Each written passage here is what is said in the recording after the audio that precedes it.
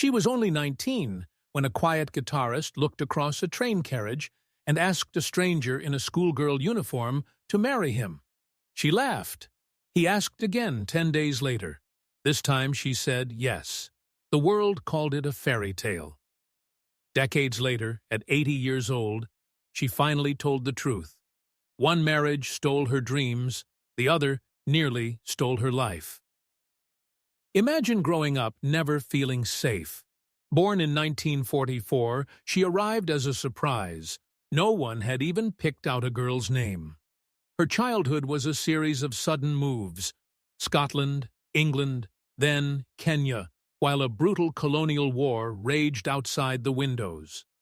At 8, she came home from boarding school to discover her parents had divorced without telling her. A year later, her mother pulled up to the gates with a stranger and announced, "This is your new father." Home stopped meaning anything. Boarding schools run by strict nuns came next. Silence. Rules, prayers. The only rebellion she could manage was hiding fashion magazines under the blankets, tracing the glossy lives she wanted.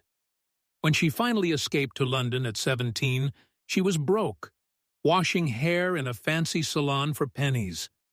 One day, a client looked up from the sink and said, "You should be in front of the camera, not behind it." She was. In months, she went from shampoo girl to magazine covers. Her wide eyes and soft fringe became the face of a whole generation. Miniskirts, bold liner, fearless youth. London in the swinging 60s spun around her like a kaleidoscope. And suddenly, the quiet guitarist noticed her on a film set. 2 years later, she wore white and promised forever. At first, it felt like magic. Private planes, secret songs written just for her, an entire planet singing her name without knowing it. But slowly the walls closed in. Fans screamed hatred outside the gates. Her husband asked her to stop working, to stay hidden, to shrink. She tried. How she filled the silence with photography, capturing moments no one else could. Still, something inside her dimmed. Then came the letter. No signature, just an aching confession of love from someone who called her "my dearest L." She thought it was a prank until the phone rang. It was his best friend, the same man who'd been coming to dinner, laughing across their table for years. Obsession poured out of him like poison. He dated her sister to stay close. He threatened to destroy himself if she didn't leave. And her husband? He was already drifting, finding comfort in other arms, telling her a man needed more than one woman, like some ancient god. She felt invisible in her own life. By the mid-70s, the fairy tale lay in pieces. One marriage ended quietly in a courtroom. The new one began with champagne, and her ex-husband smiling in the front row. Everyone thought it was beautiful. It wasn't. The drinking started early. Guitars smashed against walls. Screams in the dark. Some nights, she locked the bedroom door and prayed he'd pass out before he reached her. Bruises bloomed under long sleeves. For 8 years, she walked on eggshells inside a mansion the world envied. All the while, she desperately wanted a child. Needles, hormones, clinic visits that cost thousands and left her curled on the bathroom floor, crying. She begged the universe for good news. Instead, she got secrets. First, a daughter born to another woman while she was still injecting herself every morning. Then a son with an Italian model he paraded through their home. He looked her in the eye and suggested they could all just work something out. She left in 1987 carrying nothing but scars.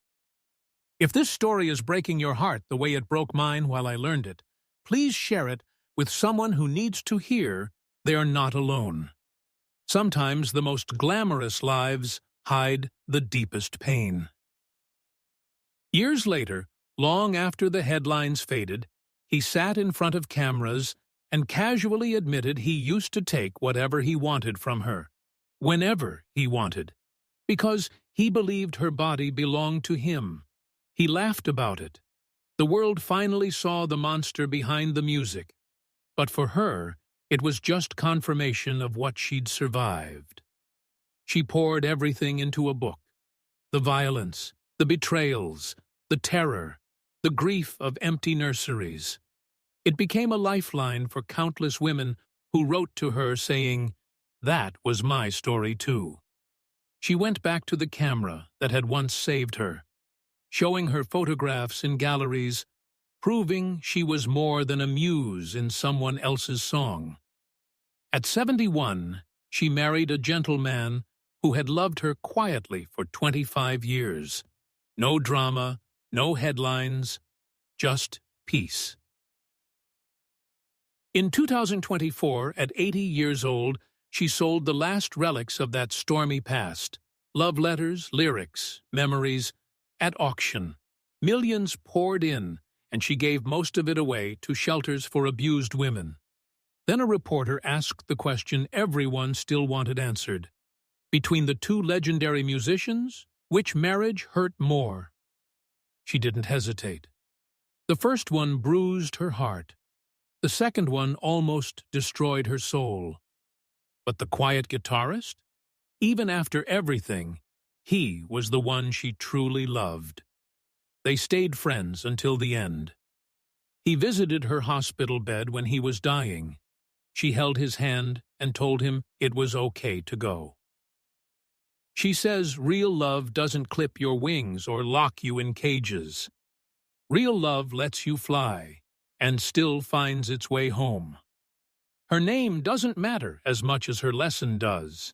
You can survive the unsurvivable. You can walk out of the fire and still build a life full of light. And sometimes the greatest love stories aren't the loud ones that make the songs. They're the quiet ones that come afterward, when somebody finally sees all of you and decides you're enough. If her courage moved you, if her pain felt familiar, or if her peace gave you hope, hit like, subscribe, and share this with someone carrying silent weight. You never know whose tomorrow you might lighten today. Thank you for listening.